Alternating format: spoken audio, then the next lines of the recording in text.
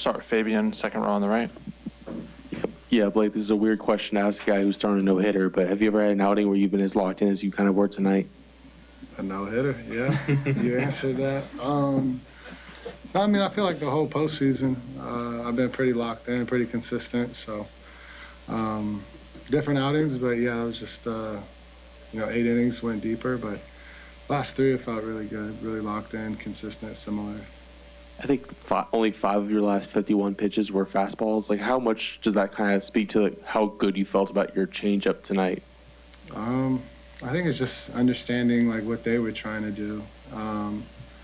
It's like I pitch off of what they're telling me, not. So I just felt like they were really aggressive to a certain pitch, and it seemed to be that way. So I threw differently, but the next time I face them, if they're more aggressive to other things, then I'll throw the fastball more. It's just that's what they're giving me. Go to Russell, second row on the left. Like when you are pitching the way like you did tonight, you're getting a lot of swing and miss with the changeup. Do you feel that in your bullpen before you're coming into the game, or does it take a couple innings to finally get that feel?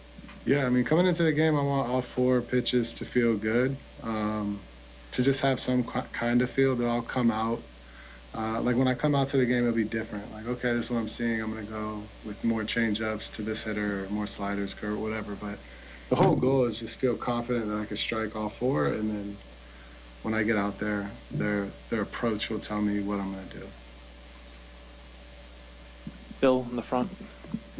Maybe one for each of you. Freddie, you've been fortunate to play in so many postseason games. If this wasn't the most dominating pitching performance, what was? I mean, I can't think of one off the top of my head that was just so good from the start. Sometimes it'll take an inning or 2 for someone to settle in, and it was from the get-go. Just what he can do with the changeup against right-handed hitters, I think that's from 82 to 88. You can throttle it whenever he wants. It's not just one pitch. He's throwing it. It's like 3 different pitches when you throw it 3 different speeds for hitters. And then when you think you're going to sit on something, here comes 96, 97. It was a masterpiece tonight. Yeah. And Blake, what does it mean to you to go from, early in your career, you got great stuff, and everybody's talking about, well, okay, 5 innings, 100 pitches, to now you can get 7th, 8th inning every time. Maybe could you go on the 9th? Feel like you could have gone on the 9th? Yeah, I mean, I felt I could have, but I trust Dave. He knows what's best for the team. Yeah. But as far as the growth. Yeah, and then one more, I've always been a pitcher that could locate. I've just been labeled a wild pitcher, but I've never felt that's ever been true. But my last 3 years have been pretty consistent, and I could throw the ball, do what I want with the ball, but the narrative's always been, he's a wild pitcher, walks a lot of guys, but I laugh at it because it's not true. And I know that because I'm the one throwing the ball. Fabian. Yeah, Blake, before the game, Andrew was kind of talking about the conversations you were having early on in free agency about what it meant to be in October and how that was kind of what was driving you at this point in your career. Like, how much do you kind of remember about those talks with Andrew early on this offseason, and what did you kind of express to him at that time? Yeah, no, it's clear as day. I remember saying Freddie, Mookie, Shohei in that lineup, I can't wait to pitch. That was really the start of it, but just seeing what they're able to do and wanting to be a part of it and knowing how important postseason is to them, and that's just something that I wanted to be a part of. Even playing against them, watching, it was just always in the back of my mind, I wanted to be a Dodger and play on that team. And to be here now it's a dream come true. I couldn't wish for anything more. And I'm just going to do the best I can to help us win a World Series. Russell. Freddie, you have about 25 ABs against Blake in your career. You kind of touched on it a little bit. What is an at-bat like against Blake, especially left on left? I think I talk about gray hair a lot. That's where some of them come. When you face guys like him and Jacob deGrom and those kind of pitchers, when the minute you wake up, it's going to be a battle that night. And when you face a power pitcher that can locate 3+ pitches, it's going to be tough. And that's the thing. It's just like you mentioned earlier, it's how he pitched tonight is not probably going to how he pitches the next time. And so it's hard to scout. It's hard to feel good against someone. You might have success in one game and it'll be completely thrown out the door and you're going to strike out 3 times. And I've done it, and it's just, he knows what he's doing on the mound. I am so happy that we are sitting next to each other now and doing press conferences together and not having to be apart and walking by each other and talking about how he beat us again, because he did it a lot. And he's amazing. There's a reason he's a 2-time Cy Young Award winner. He's on the biggest stage now, and he's just doing what he's always done. Anthony, second round, then back to Bill. Freddie, this probably goes without saying to a certain extent, but especially given the way this game got late, how important was it just to get this one and escape here with a win and sort of establish yourselves now as the favorite in this series? I mean, we knew coming into the series they play great defense, they pitch, they get the big hits when they need to. That's just who the Brewers are. It was going to be a tough series from the beginning, and you saw it tonight. Every ball we seemed to hit, they caught it, and they pitched great. And we knew from the get-go it was going to be a battle. And when you get one for Blake, you're feeling good, but you always want to get more. We had some opportunities, we didn't get it, but that run in the top of the ninth was huge. Obviously, 2020 hindsight, but. Getting on the road in an environment and taking the first one, it's huge. You can't understate that at all, just kind of how we did it in Philly. And to get the first one and you turn it over to Yoshi tomorrow, we obviously feeling pretty good, so hopefully we can score some more runs tomorrow. Bill. And Blake, just to follow up on how excited you were to be on a team that gets to the postseason, a lot of guys will say players really make their marks of greatness in the postseason. Do you subscribe to that? Yeah. And why?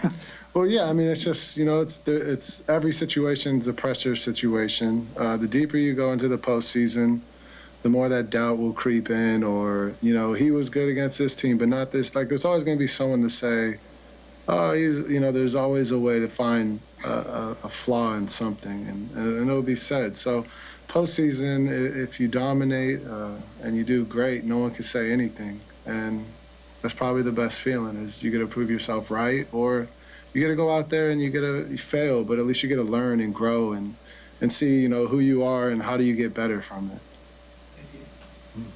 Let's go up to the fifth row on the left side. Freddie, it's not just Blake. You guys gotten good starting pitching throughout this postseason. You guys going 6-7 innings pretty much every outing. How comforting is that, just knowing that you don't have to do what the Brewers did tonight and throw 6 different guys out there? Yeah, I think the people that cover us, every day, I think we've been saying it for about a month now going into the postseason. Our starting pitching is what has made us play better going into October. We always were talking about how we were playing our best baseball leading up to this postseason, and it started with our pitching staff. It seemed there was a stretch there, it felt like 6-7 no-hit innings. Every single guy was doing that. And when you, as an offense, you have those guys taking the ball every day and doing that and giving us a chance to win, as an offense, you just want to do everything you can to support them. And you do feel confident when you're not scoring runs at the beginning of the game, because our starting pitcher is going to keep us in that. And with our offense, we're going to find a way and scrap and do anything we can. It was a little different tonight, but these are the games you need to win, the close ones in the postseason, because you're not going to have these massive blowouts usually, you'll find one here and there, but you got to win these close games. And our starting pitching for the last, I would say, you guys would know more, 7-8 weeks has been. I don't know if you can write enough words in your stories about our starting pitching. It really has been amazing, and they seem to feed off each other. And as an offense, we're just trying to do everything we can to support them.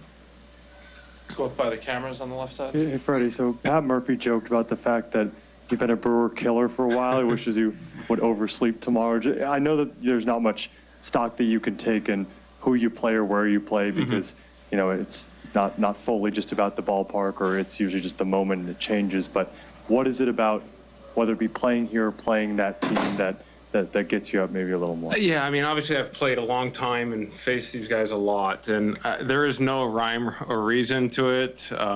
It could literally be I just feel good about my swing during the course of the regular season and those 3 to 4 days that we play the Brewers. And sometimes as a hitter, when you feel good, it doesn't really matter who you're facing. And then sometimes when you're feeling bad, it doesn't matter who's on the mound. You got no chance. And I don't know what it is, or I'm not going to try and find a reason for it, but I like environments where it's not 25 degrees outside and your hands are cold, and I always seem to like enclosed stadiums. But I can't give you a reason, but Murph and I are very close, and I don't think I'm going to oversleep tomorrow. We'll finish up with Fabian, second row. Yeah, Blake, you told TV that you kind of like noticed that some of the Brewers lean certain ways and stuff like that when they're on the base pass against you. What did you see specifically on play where you guys picked off Durbin? I can't tell you. I saw enough that I need to pick. Yeah. All right. Thank you guys. You can't give that away. You know that. ご視聴ありがとうございました。今後もこのような動画を上げていくので、良ければチャンネル登録よろしくお願いします。